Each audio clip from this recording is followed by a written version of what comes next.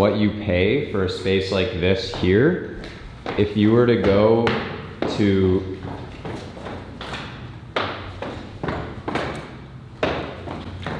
watch your head.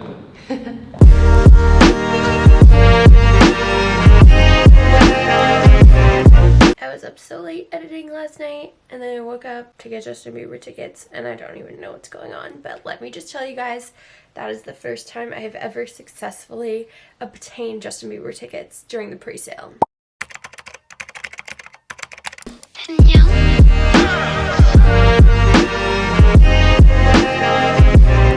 don't know if I have like a horseshoe up my butt today, but hopefully I won't be complaining. Just kidding, I just turned around and it's a freaking snowstorm and we have to move today, so I guess that's it. You sad? We're moving out of this apartment? I don't know. Kinda. Should we have a good cry for the vlog? Let's have a good frustrated cry. I could really use one. Please, right after departure. Alrighty, so this is our lovely parking spot where I scraped Daniel's car. Never forget. We pay $50 for inside parking, which honestly is a pretty good deal. I think it's 25 bucks for outside. So if you do have a car, that is a positive thing to look out for, because I know a lot of downtown condos, you don't even get a spot, and if you do, you're paying like at least 100 bucks a month, which is robbery. Love this elevator. It's my favorite. This is our favorite part. It's kind of like going on a roller coaster ride up to your apartment. You have to click the button a few times. This is a low-rise apartment, which was honestly one of our key things. We wanted something kind of small, so we got 3 floors that we're working with, which is kind of nice because it makes it quieter. Yeah, if you're in a rush, it's actually quicker to just take the stairs. Even though it's slow. There's the roller coaster. She is. Wow. Looking clean as ever. So this is the spot, you guys. This is it. This is where you saw many of videos be filmed. Should have done many more, but you know what? On to bigger and better things. So essentially this is a bachelor apartment. Bachelor, I know some people call it a studio apartment. The main thing is you don't have an actual bedroom. So this whole room that we're in right now that we used as our studio, our living room, just kind of the room, the spot, is technically what someone would use also as a bedroom. So if you're one person, I think this is totally enough room, especially if you don't work from home. Like, you could have a full-on bed, a desk, a couch. A big benefit for us about not living in like the downtown core hustle bustle area is that your view is definitely not going to be as obstructed as it would when you're living around like a ton of tall office buildings and a bunch of other tall condos, apartments, etc. So right here, I'm looking at a church, which is very nice, very low rise. And on the other side, we actually have like a tennis club. Nothing is high, and a key selling feature for us was natural light, because obviously YouTube videos. So natural light was key. I'm obsessed with the lighting in this place. It probably could not get better than this, to be honest. This is all natural on a somewhat gloomy kind of day. Other perks about this place, you get parking for pretty affordable, which again, you would not get downtown. Daniel is actually currently down in our storage unit, which for me was a huge selling factor because I had a ton of crap at my house just from like all the pop-ups and stuff that we do. If you guys don't already know, I have like a lot of vintage clothing. I have a little vintage clothing business, which takes up a lot of room. I've got a lot of racks, I got a lot of clothing, got a lot of bins.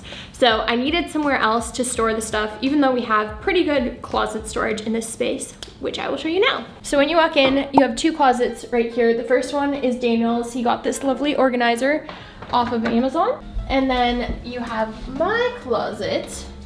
Again, same size, good enough storage, but not enough for this girl right here. And over here in the kitchen, we had this closet as well, which we just kind of kept like cleaning products, all that kind of stuff in. Bunch of shelves, sufficient.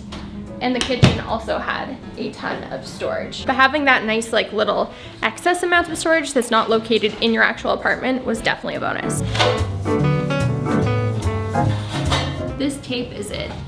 I don't really know what it is, but Daniel uses it for like filming and stuff. No marks at all.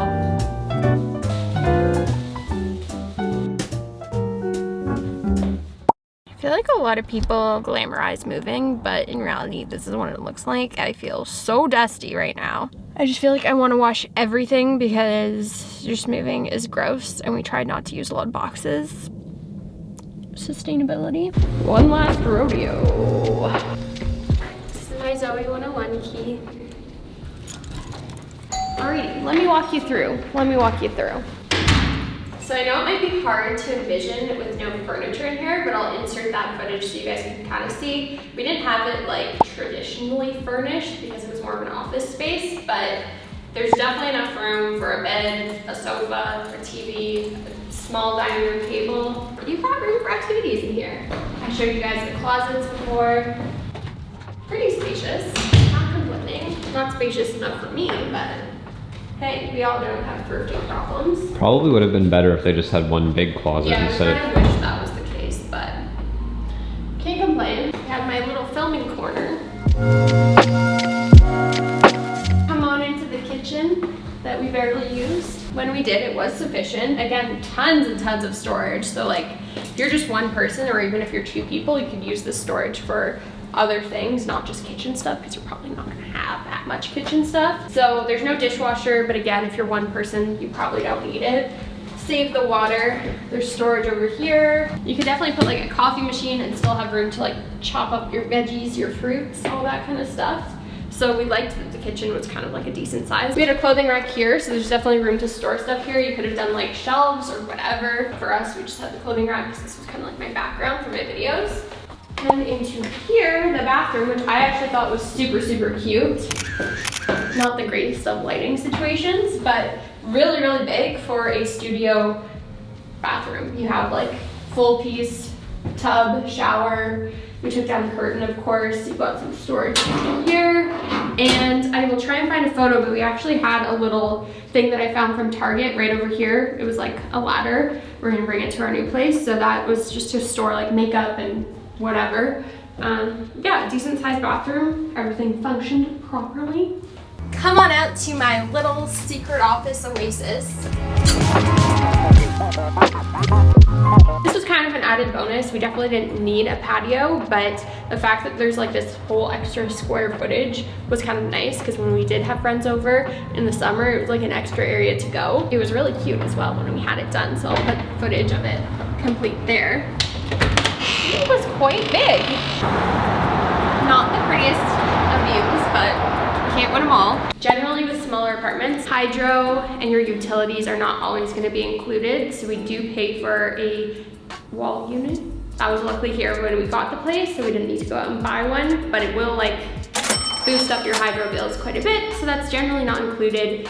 Washer, dryer, not in here, but honestly kind of glad about that because again, it would have racked up a lot of unnecessary costs and you realize you just don't really need it taking up all the space in your unit. What's great about a unit like this is that because it's a bit older and it's not necessarily in the heart of downtown Toronto, you get a lot of space for what you're paying. 2 people could live in here. Oh, easily. It's just, I would recommend 2 people like Daniel and I living in here that work and live from home. But if you're 2 like students and you don't mind like being a little bit close to each other, you could even put up like a freaking room divider. You don't even necessarily have to be a student, just like if you're a couple and you work not from home, it's great. Like this is a lot of space. The amount of money it costs per month to live in a place like this, the same amount of money if you go downtown gets you something literally a third of the size, with a third of the size of the unit with no balcony. Someone asked me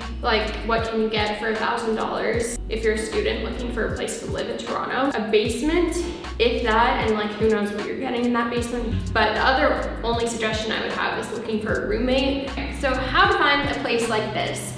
Traditionally, everyone our age goes onto Kijiji, goes onto Facebook Marketplace, whatever it is, you Google for an apartment. Viewit.ca, realtor.ca, there's all of those. So that's what Daniel and I initially did, and we weren't really finding anything within our budget. But I started to realize as we were driving around places, you see a lot of these like rental boards up in front of apartments, and they weren't matching up to the ones that we were seeing online. So instead of just like searching for hours online and not really getting much response there, we just decided to call up the landlords that had their numbers on the board, and we got a lot more luck that way. It might take you a day or a couple of days or even a week, but I highly recommend if you drive, get someone to drive you around. Just call up a bunch of buildings and some of them might be available to view right away. Some of them might not want you to view them at all, but it's a good way to find those like cheaper rentals that aren't being put out to the masses, because honestly, $1,100, if this was on the internet, like someone would have gotten it right away.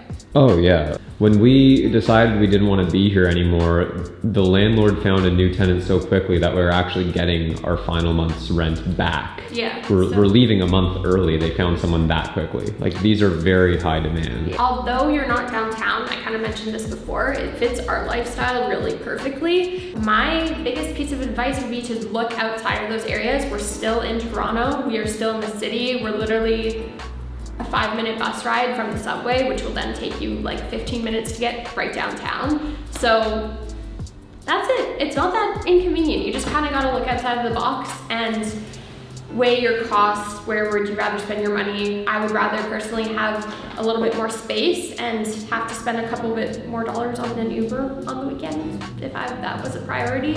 And yeah, I'd just rather have the more space. That's the key selling factor for me. Personally. I look so banging. I am so banging. Shall we? I think we're good. Not forgetting anything, right?